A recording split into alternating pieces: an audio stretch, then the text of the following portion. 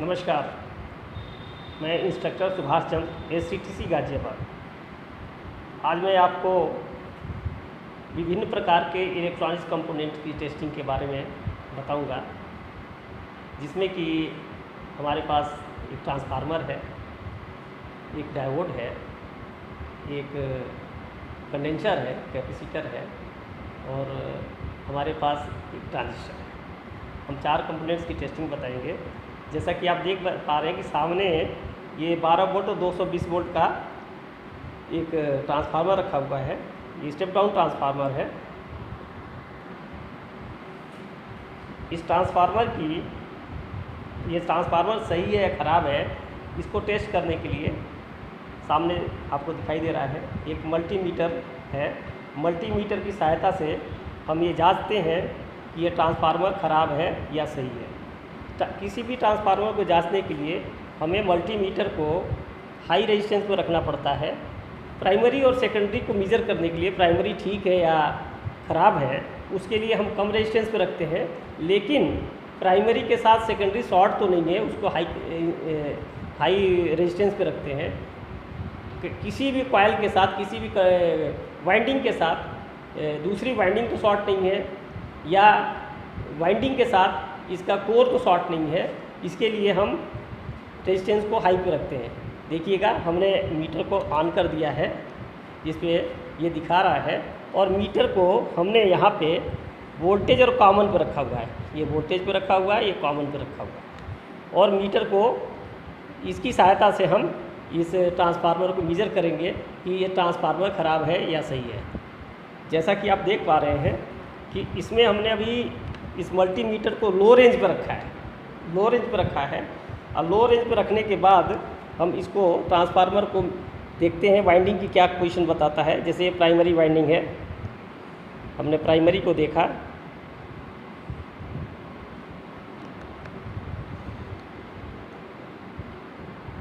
Primary पे हमें 1 बता रहा है। सेकेंडरी पे भी, सेकेंडरी की जो वाइंडिंग है आप देखिएगा 3.2, इसको हम कंटिन्यूटी पे रख देते हैं।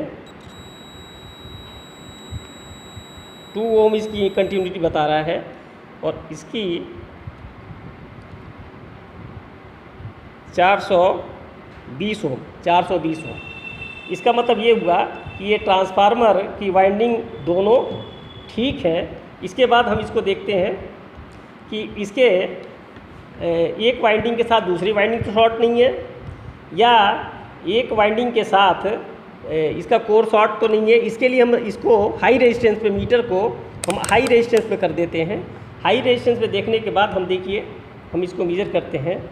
इस वाइंडिंग के साथ इस वाइंडिंग का हमें 1 आया, इसके साथ हमने मेजर किया 1 आया, इसके साथ हमने कोर को मेजर किया तो 1 आया। इसका मतलब क्या है कि ये ट्रांसफार्मर ओके है। ये ट्रांसफार्मर क्या है? ओके है। हाई रेंज पे रखने पर अभी 0 जो आया था, हाई रेंज की वजह से इसको जो इसकी कॉइल की जो रेजिस्टेंस हम नापते हैं, हमेशा मीटर को लो रेजिस्टेंस पे नापते हैं। इस तरह से ये सामने जो ट्रांसफार्मर शो हो रहा है ये सही है। अगर इस तरह से हम मेजर करने पर, हाई मेजर करने पर ये रीडिंग अगर हमें 0 आती, इसका मतलब ये ट्रांसफार्मर ख़राब है। इसके साथ 0 आती, इसका मतलब ये ट्रांसफार्मर ख़राब है। इसके साथ 0 आती तो मतलब ट्रांसफार्मर ख़राब है। तो इस तरह से हमने देखा एक ट्रांसफार्मर की टेस्टिंग हम कैसे करते हैं। अब मैं एक डायोड की टेस्टिंग करके बताऊंगा। जैसे कि हमने मीटर को कंटिन्यूटी पे ही रखा है, अभी बजर पे रखा हुआ है। जब देखेंगे आप इसको, मैंने किया 483 ओम, ये फॉरवर्ड बाइयास है। अगर हम इसको रिवर्स में करते हैं तो 1 आता है, ये रिवर्स बाइयास है। इसका मतलब ये हुआ कि ये डायोड बिल्कुल ओके है, ये डायोड बिल्कुल ओके है। इसी तरह मेरे पास एक जेनर डायोड है, ये देखिएगा, इसको मैं टेस्ट करता हूँ। इसको मैंने टेस्ट किया, 1 आया, और इसको दूसरे दिशा में हम चेक करते हैं तो 734 ओम, मतलब ये जेनर डायोड सही है। रिवर्स करने पे 1, और ये दिस इज फॉरवर्ड बाइयास, ये फॉरवर्ड बाइयास है ये, इसका मतलब ये डायोड सही है। अब मैं इलेक्ट्रोलिटिक कंडेंसर जो सामने जो दो दिखाई दे रहे हैं उसको आपको मेजर करके दिखाऊंगा। इसके लिए हमें क्या करना होता है कि मीटर को हाई रेजिस्टेंस पर रखा जाता है, ज़्यादातर हम मैक्सिमम रेंज पर रख देते हैं। इसको हम देखते हैं, मेजर करते हैं, देखिएगा क्या रीडिंग में फ़र्क आ रहा है।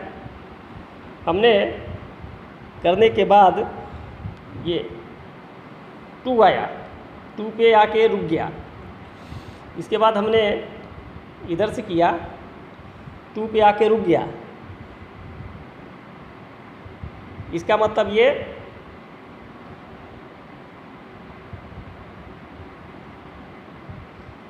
कंडेंसर को देखिएगा, अब धीरे धीरे चार्ज हो रहा है, बढ़ रहा है। इसकी रेंज, मीटर की रेंज हम थोड़ी सी और कम करते हैं। ये देखिएगा बढ़ रहा है, ये बढ़ रहा है। अब इसको रिवर्स लगाते हैं, ये 0 आएगा, 0 आने के बाद फिर बढ़ेगा, ये 0 आने के बाद फिर बढ़ेगा ये। इसका मतलब ये कंडेंसर सही है, चार्ज और डिस्चार्ज हो रहा है, इसका मतलब ये कंडेंसर सही है। इसके बाद हम ये दूसरा कंडेंसर देखेंगे। देखिए ये जो कंडेंसर है इसको हमने मेजर किया, आप देखेंगे इसको हमने थोड़ी सी और रेंज कम करी,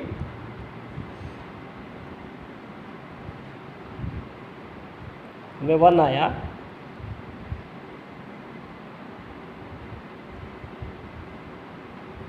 ये भी 1 आया। इसका मतलब ये कंडेंसर ख़राब है, ये कंडेंसर ख़राब है, न ये चार्ज हो रहा है न डिस्चार्ज हो रहा है। ये जो सामने जो मैं कंडेंसर दिखा रहा हूँ ये ख़राब है। एक इसकी फिजिकल पहचान भी ये है, देखिए सामने से ये पीछे से फूला हुआ है, ये पीछे से फूला हुआ है, तो ये भी एक फिजिकली देख के हम पहचान हो जाती है कि ख़राब है। अब मैं आपको एक ट्रांजिस्टर की टेस्टिंग करके बताऊंगा आपको। इस पे भी हम मीटर को हमने ये लगाया, हमारा 0.72 समथिंग आया, 1 आया। इसको कंटिन्यूटी पर रखते हैं हम। कंटिन्यूटी पर रखने के बाद ये मैं बता रहा है शॉर्ट ओपन बता रहा है, इसके साथ भी ओपन बता रहा है,